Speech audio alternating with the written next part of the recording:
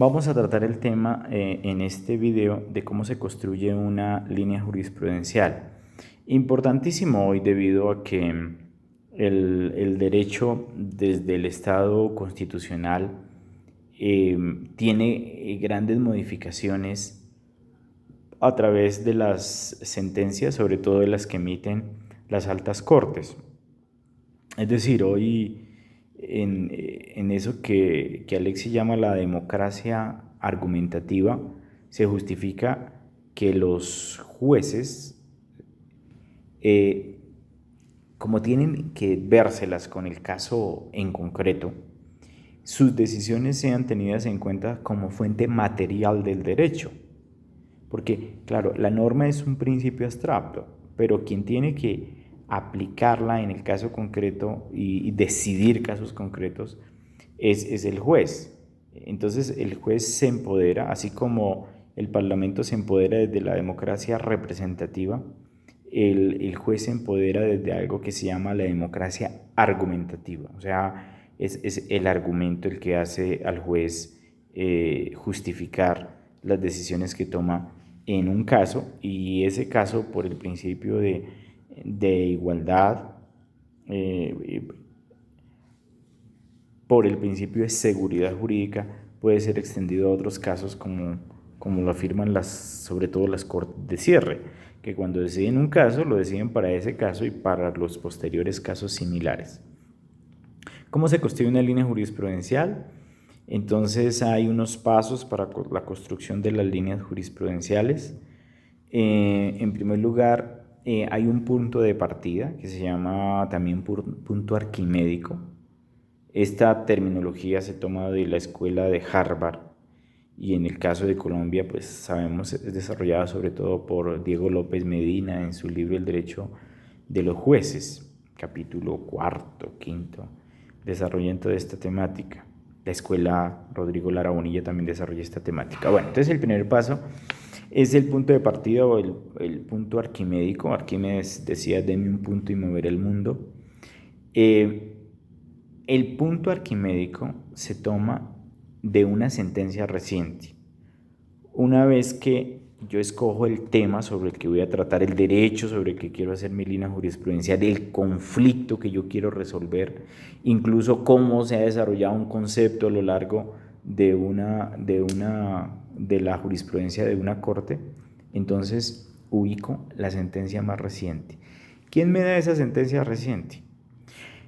No hay una fórmula mágica, la da los buscadores de revistas especializadas, las relatorías de las cortes, una persona especializada en el tema, ámbito jurídico, incluso sitios de Google que son que tienen validez y que son buenos para buscar sentencias recientes. Es decir, buscar la sentencia reciente depende del tema y hay que indagar distintas fuentes para ver cuál es la sentencia reciente sobre el tema. Personalmente recomiendo las relatorías de la Corte y también lo de acudir a expertos, porque una persona que trabaja el derecho penal sabe cuál es la última sentencia en su tema sobre derecho penal, lo mismo para laboral, lo mismo para administrativos. Entonces, si uno quiere comenzar a construir una línea para buscar la sentencia reciente, acudir a los expertos en el tema y a otras fuentes. Después de encontrar el punto de partida se hace la ingeniería de reversa. La ingeniería de reversa esos son términos como de los que manejan vehículos, es desde la última sentencia mirar hacia atrás qué otras sentencias han desarrollado ese tema, cuál ha sido el itinerario de esa temática visto desde esa última sentencia. Entonces, el propósito de esa lectura, de esa sentencia, es buscar otras sentencias relevantes. Y son relevantes porque en la lectura se ve que son citadas con frecuencia. En la misma corte esboza que esa sentencia marcó un hecho importante. Entonces, el objetivo de esa ingeniería de reversa es buscar las sentencias importantes retrospectivamente. Uno podría, de esa única lectura de la última sentencia, ya esbozar, grosso modo, 7, 8 sentencias que considere importantes, y también hacer una lectura somera de esas sentencias, una lectura somera o a profundidad de esas sentencias, para mirar cuál ha sido el desarrollo. Entonces la ingeniería reversa tiene el propósito de buscar sentencias importantes que son parte de la sentencia cito, y luego con esa lectura de esas sentencias hacerse uno un panorama de cómo se ha resuelto el derecho. Después se hace la construcción de la narrativa. En la ingeniería reversa lo que hicimos fue un análisis retrospectivo. En la construcción de la narrativa lo que hacemos es un análisis hacia adelante, un análisis prospectivo, un análisis secuencial de las sentencias más antiguas en el tiempo a las sentencias más recientes. La expresión narración es una expresión cercana al derecho, sobre todo desde Dworkin. Dworkin considera que el derecho es como una novela en la que se cuentan historias que se cuentan en el tiempo, en las que intervienen diversos actores, como en una novela, en la que se ocurren hechos, y en las que se llega a conclusiones, a cierres, como una novela. Entonces la narrativa es esa construcción de la historia, comenzando por las sentencias más antiguas. En el caso de la Corte Constitucional, uno diría, sobre este tema, las primeras sentencias datan del año 1994. Posteriormente, la Corte resolvió en el mismo sentido del año 94 mediante tal sentencia. Años más tarde, en el año 98, la Corte varió su jurisprudencia por tales y tales circunstancias. En el año 2004, al retomar este asunto, la Corte introdujo otras nuevas categorías. Y vemos que desde el 2004 hasta la fecha presente, 2020, no ha variado la jurisprudencia. Luego la jurisprudencia vigente es X y X. Esa narrativa es una historia que quien construye la línea la realiza, o sea, la realiza con su lenguaje, con sus palabras, pero respeta lo que ha dicho la Corte, o sea, no se aleja de las decisiones de la Corte. Es una narrativa, o sea, una construcción que se hace sobre las decisiones de la Corte, tomando de las sentencias más antiguas a las sentencias más modernas. Después de la construcción de la narrativa viene la construcción de la gráfica. Entonces una gráfica es un sistema binario. Un sistema binario es un sistema en forma de cruz. Un sistema binario es un sistema en forma de cruz en la que se colocan en los dos extremos los dos derechos que están en conflicto, las dos partes que están en conflicto. ¿Sí? Entonces se coloca en un lado, por ejemplo, los patrones y en el otro lado los trabajadores. En un lado, las instituciones educativas y los estudiantes. En un lado, los derechos de parejas homosexuales y los derechos de parejas heterosexuales. En un lado, la situación de la justicia ordinaria, y en el otro lado las soluciones mediante justicia especial, por ejemplo, indígena. Se colocan, digamos, las dos partes o los dos derechos que estén en conflicto y se comienza a esbozar qué sentencia, en qué año y a quién ha protegido. Entonces, en este año la sentencia protegió al patrono, entonces irá aquí si va a patrono. En este año protegió al obrero, entonces si es más en el tiempo irá acá. En este año volvió a proteger al patrono. Entonces se va colocando según el eje de protección, se va colocando allí las sentencias. Y se construyen líneas, o sea, en la gráfica se hacen las sentencias y se mira cómo las líneas van desarrollando esa sentencia. Y finalmente que quede claro en la gráfica cuál es la sentencia vigente y a quién está protegiendo en el tiempo actual la jurisprudencia de esa corte o de las cortes. porque el propósito de hacer la línea es mirar la historia, pero también mirar cuál es la sentencia vigente, que de alguna manera es la ley material vigente. Entonces es importantísimo porque no tendría sentido hacer una línea sin que uno sepa hoy cuál es la sentencia predominante. Bueno, entonces hemos dicho los pasos son el punto de partida, que es una sentencia reciente sobre el tema que yo vaya a tratar. Segundo, la ingeniería de reversa, que es de la última sentencia hacia atrás, ir mirando qué sentencias son importantes. Esa ingeniería de reversa tiene como propósito sacar las sentencias importantes, las sentencias cito. Tercer paso, la construcción de la narrativa. Entonces ya no voy como en el punto de partida de la sentencia reciente a la más antigua, sino que voy de la más antigua a la más reciente contando la historia. O sea, es una narrativa, pues es un escrito ya un poco más largo, pueden ser 8, 10 hojas. Es un escrito más largo en el que cuento toda mi historia de cómo se ha decantado la protección de ese derecho en uno o en otro sentido. Después la construcción de la gráfica, que me sirve para visualizar en un sistema binario en los dos derechos o en los dos grupos que entran en conflicto, a quién ha favorecido y en qué tiempo. La gráfica se construye también de la sentencia más antigua a la más reciente.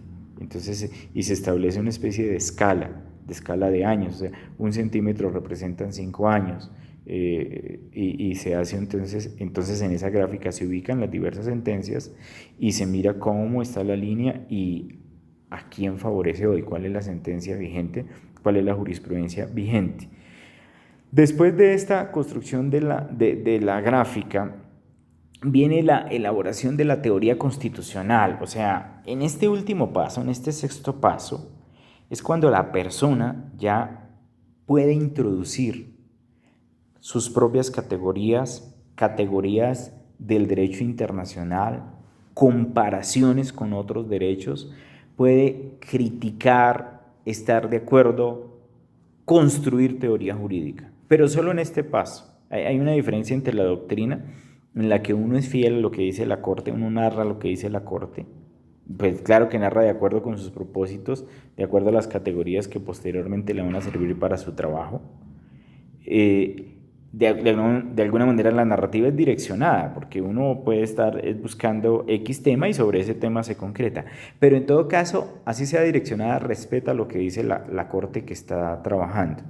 En tanto que cuando ya se hace el sexto paso, que es la construcción de la teoría jurídica constitucional o la teoría jurídica del Consejo de Estado, la teoría jurídica de una sala de la Corte Suprema, o incluso se puede hacer una línea acerca de un tribunal. Cuando ya uno hace ese paso sexto, entonces ya utiliza derecho comparado, relaciona esa corte con otras cortes, utiliza doctrinantes, utiliza su propia formación y convicciones acerca del derecho. O sea, ahí sí ya se puede salir para criticar y ahí se ve pues ya el autor, ¿no? El propósito de la línea era para algo. Entonces ahí yo digo, ¿para qué quería esa línea? ¿Qué opinó de esa línea? ¿Debiera cambiarse esa línea? O sea, ahí yo me veo como autor. Es importante también conocer los tipos de sentencias, porque al conocer esos tipos de sentencias nos ayudan para clarificar el lenguaje con el que hablamos al construir la línea. Entonces hay una sentencia fundadora de línea, que es la primera. O sea, esa sí es antigua en el tiempo. Si es en el caso de Colombia, será sentencias del año 92, 93, cuando se inaugura, que también la sentencia arquimédica de donde se parte. Si yo estoy trabajando el Tribunal Constitucional, ustedes van a ver que las sentencias que inauguran son por allá del año 52, 53. Son las primeras sentencias, porque el tribunal es del año creado en el año 49 en la Ley Fundamental de Bonn, pero mientras se estructuró, comenzó a trabajar, comenzó a sacar sentencias relevantes, la mayoría datan del año 53 al 58. Las del Tribunal Español pues datarán del año 81 en adelante, porque el tribunal es del año 78. Las de Italia del año 78, quizá porque es creación del 75. Entonces así hay que mirar cuál es la más antigua en el tiempo, dependiendo o si es del Tribunal Europeo de Derechos Humanos o si es de la Corte Interamericana de Derechos Humanos. En segundo lugar, después de la sentencia fundadora de línea, que es una sentencia antigua en el tiempo, está la sentencia consolidadora de línea, que pueden ser muchas o depende de la línea que esté, pero se entiende que es consolidadora de línea porque continúa el precedente. Si estaba en el eje izquierdo, la consolidadora de línea mantiene ese eje izquierdo en la gráfica, o sea, continúa el precedente, consolida el precedente, consolida esa línea. Tercero, sentencia modificadora de línea. La sentencia modificadora de línea se caracteriza porque cambia el eje. Si antes se protegía al empleador, ahora se protege al trabajador. Si antes se protegía a la institución educativa, ahora se protege al estudiante. Si antes se protegía a la pareja heterosexual, ahora se protege a la pareja homosexual. Es decir, la sentencia modificadora de línea significa un cambio sustancial en el eje de la relación de derechos. O sea, pasa de un lado al otro. Entonces, bueno, sentencia reconceptualizadora de línea. La sentencia reconceptualizadora de línea lo que hace es un cambio dentro del mismo eje. O sea, lo que produce es una modificación, pero no tan sustancial para ser modificadora de línea, sino reconceptualiza. En un mismo derecho incluye, por ejemplo, otros sujetos. Hay una reconceptualización del derecho. Porque por ejemplo, lo que antes se entendía en materia de derechos patrimoniales para parejas heterosexuales, ahora se entiende para parejas del mismo sexo. Luego lo que hay es una reconceptualización del derecho patrimonial con respecto a las uniones de pareja. Entonces hay una reconceptualización. Realmente el derecho como tal no cambia, sino cambian los sujetos que se van a integrar a ese derecho. Bueno, la otra sentencia, la sentencia quinta es la sentencia dominante. La sentencia dominante es la sentencia que contiene en el tiempo de que se estudian las líneas la jurisprudencia vigente. Puede ser una sentencia anterior, pero que dice que va a entrar en vigencia en fechas cercanas a la que uno esté haciendo el estudio. O puede ser sentencias, que es lo lógico, recientes en el tiempo, que contienen la jurisprudencia vigente. Es importante lo de la sentencia dominante porque esa es la norma material que obliga.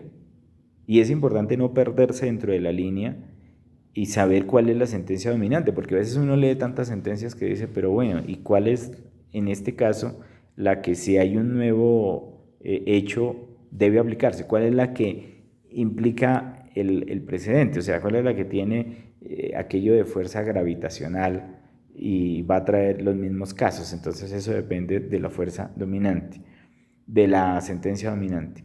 Y otro término que se usa es sentencia cito. Sentencia cito significa sentencias principales. La expresión hito pues, es una expresión sobre todo de la geografía. Los hitos son los lugares de las fronteras, los lugares que demarcan las fronteras, los lugares importantes en las fronteras. Entonces así las sentencias cito son las sentencias importantes que de alguna manera estructuran como el mapa de lo que es una jurisprudencia, de lo que es el desarrollo de una jurisprudencia. Entonces, sentencias, cito, son las sentencias importantes, que puede ser la sentencia que inicia el punto arquimédico o la sentencia fundadora de línea, puede ser una sentencia que consolide la línea, puede ser las sentencias reconceptualizadoras de línea, pueden ser las sentencias dominantes, o sea, todos esos tipos de sentencias se llaman sentencias cito porque son sentencias importantes. Saliéndonos ya propiamente de lo que es la construcción de la línea, cuando se puede cambiar el precedente, la Corte Constitucional ha dicho de Colombia, cuando la aplicación del contenido del precedente no resuelve los problemas actuales, o sea, cuando se ve que en esa correlación de la eficacia del derecho con respecto a la formalidad del derecho, entonces cuando desde el punto de vista de la eficacia esa sentencia ya no es capaz de resolver los problemas, entonces la misma Corte justifica cambiar por una sentencia que sea capaz de resolver esos problemas. Segundo, cuando la Corte misma considera que el precedente es erróneo, o sea, la Corte misma hace una especie de autorrevisión, y entonces cuando ve que su precedente es falla o es incongruente o hay muchos precedentes, puede variar el precedente, puede unificar el precedente, etc. Tercero, por un cambio legislativo que ocasiona un cambio necesario jurisprudencial. En materia de derecho laboral, antes el sistema colombiano pues iba, como en tantos países, hasta las 6 de la tarde. Entonces había toda una teoría de por qué la necesidad del respeto a los derechos que se adquirían después de las 6 de la tarde, con horas nocturnas, con horas extras, etc. Pero ahora que el horario va hasta las 9 de la noche, pues cambia. Hay un cambio legislativo que hace que cambie la jurisprudencia. Entonces los cambios normativos a veces hacen cambiar el precedente. Y tercero, en cuarto lugar, una variación en el bloque de constitucionalidad, cambios que se producen por el principio de convencionalidad, o sea, cuando de un tribunal externo llega una decisión en la que hacen cambiar un precedente interno. Por ejemplo, en varios países de Latinoamérica, en el tema de censura previa, en materia de cine. Muchos países, recuerdo el caso de Chile, por ejemplo, aceptaban desde sus jurisprudencias que hubiese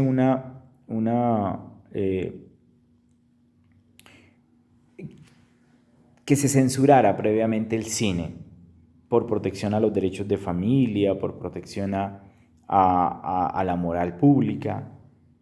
Y la Corte Interamericana le dijo que ellos no podían hacer esa censura previa, que eso, es decir, es una vez que alguien ha visto una película que siente que ha dañado un derecho, es cuando puede invocar protección de su derecho.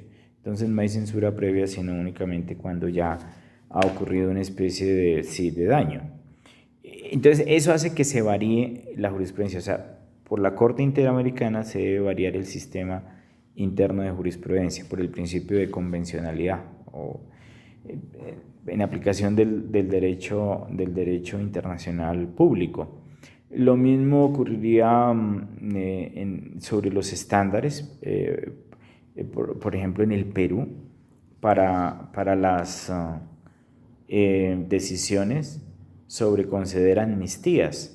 A todo el grupo de Fujimori el Estado había concedido amnistía, y eso fue negado por una sentencia de la Corte Interamericana de Derechos Humanos, y a ellos les tocó reabrir los procesos e inculpar a Fujimori porque es una decisión externa la que invalida o deja sin fuerza un precedente. Entonces puede haber una variación del precedente por un agente externo que lo obliga a hacer esa variación.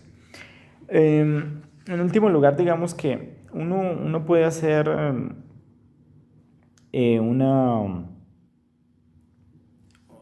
una línea jurisprudencial sobre un tribunal, por ejemplo, regional, dentro del país.